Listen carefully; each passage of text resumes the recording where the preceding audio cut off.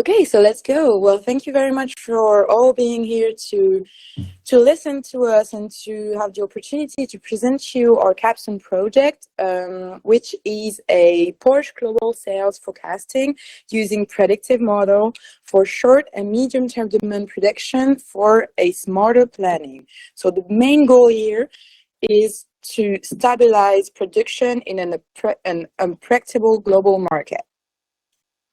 So the question we want to answer in this presentation is how can Porsche accurately forecast and allocate global vehicle demand to stabilize production and optimize inventory amidst market volatility? So Porsche faces several key challenges in demand forecasting. So in fast-growing regions, demand often exceed forecasts, leading to stockouts. And conversely, in slowing markets, overproduction ties up working capital unnecessarily. So sales are also highly uneven across region, influenced by macroeconomic factors, marketing activities, and seasonality. So long production leads sometimes make forecasting error costly, as correcting them takes both time and money. And finally, the data needed to predict demand is fragmented.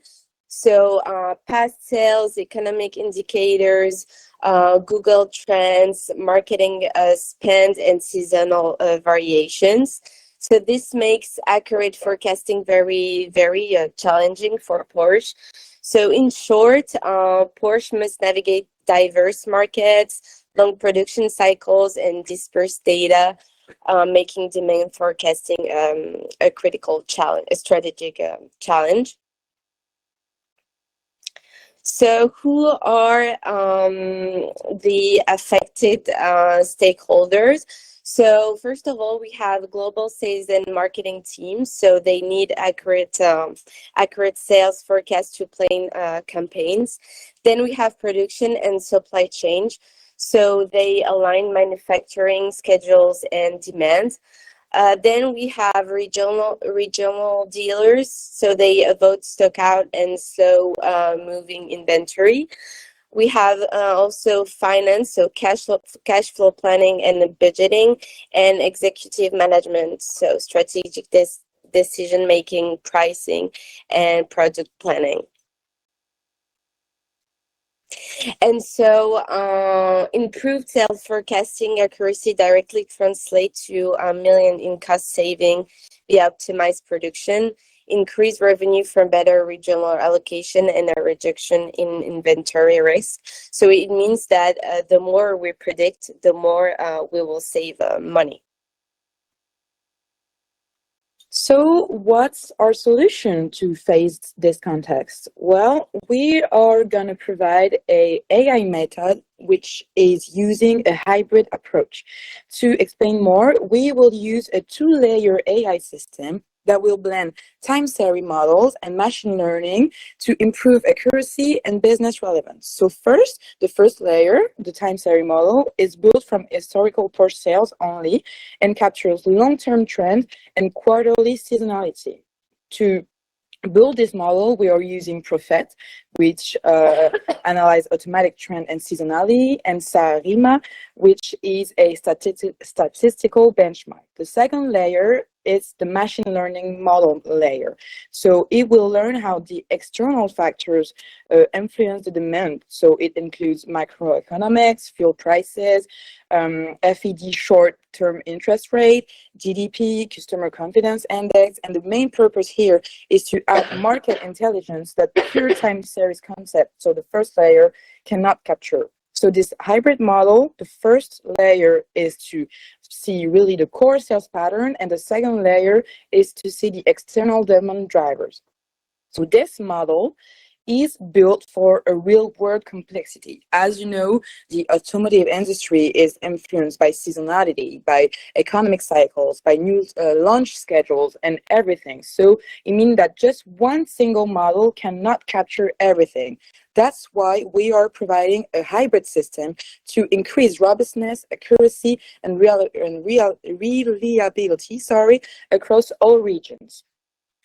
So what are the outcome expected for this? Well, first, we want to improve about 15% of the forecast accuracy. We want to reduce the forecast bias to less than 1% and have at least 25% reduction in stockouts caused by the demand uncertainty. So it will provide a clear visibility of demand uncertainty through prediction intervals. Let's go deep into it.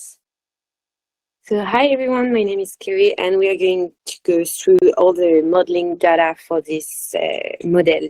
So our layer 1 is a time series model based on Porsche sales. And to train our forecasting model, we needed quarterly sales data, but Porsche only publishes detailed quarterly numbers from 2022 onwards. So from 2015 to 2021, we only had annual tools and not enough data points. So what did we do? We took the real annual tools for 2015 to 2021, and we slipped them into quarters using the same seasonal pattern observed afterwards. So at the end, we have from 2015 to 2021, real yearly totals, but estimated quarterly distribution. And from 2021 to 2025, we have fully real quarterly data.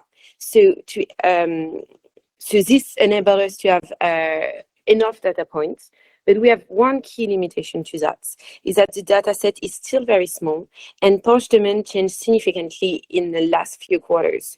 So you train on 80% and you evaluate the model on 20%.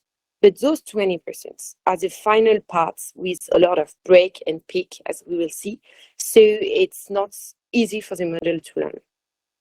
So now we are going to share the collab. It will be easier. So, okay,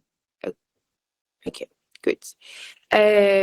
So we decided to focus on deliveries to customer because it reflects the true market demands. And we give collab the profits to install all the data, to change the dates. And we created the 80-10-10 splits. So this means we trained our data on the 80% that we created, but we evaluate accuracy on synthetic data, only on real data, sorry. So here we trained profit on 80%. So the model learns the sales rhythm and will adjust automatically when demand will shift. And then we predict the 10% validation period. So here we got a validation map, so average percentage of error of 10%, which is good for automotive forecasting and for a forecast with few data points. And we retrain the model on the 10% left, and we got a 10.6%, which is good. I mean, the model generalized well. But then we decided to put some visual. And as we can see, it looks a little bit messy. But why does it look like that? We train profits on all available history, but we evaluate performance only on real observed data on the last 10%. So why does profit struggles after 22? Profit is built to capture a long-term trend and a clean, repeated seasonal pattern. So we can see that before 2022, it's perfectly seasonality. All the peaks and downs are only the quarter variation. But profit cannot suddenly adapt because its training signal was too smooth and maybe too short. So when the curve shape at 2022 to 2025, the model is not ready. But the forecast value often stays clear within 5%. That's why we have an error percentage around 10%, so really low. But what can we take about that? Because profit is doing exactly what it is supposed to do. It provides a stable long-term seasonality. So this visual mismatch is not a failure. It shows where external drivers are needed. And here we can have a clear quarterly rhythm that gives us information on quarterly demand. So lower deliveries in first quarter, rising demand on the second, moderate dip on the third, and a peaks on the fourth.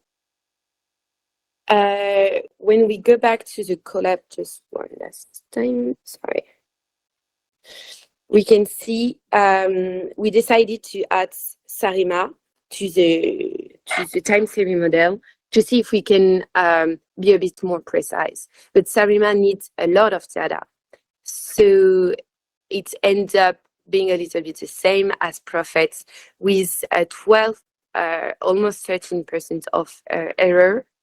And the schema is the same. SARIMA cannot capture a Porsche volatility, and it overestimates strong growth periods. So what can be concluded about the first layer? I will let Thomas decide. Good morning, everybody.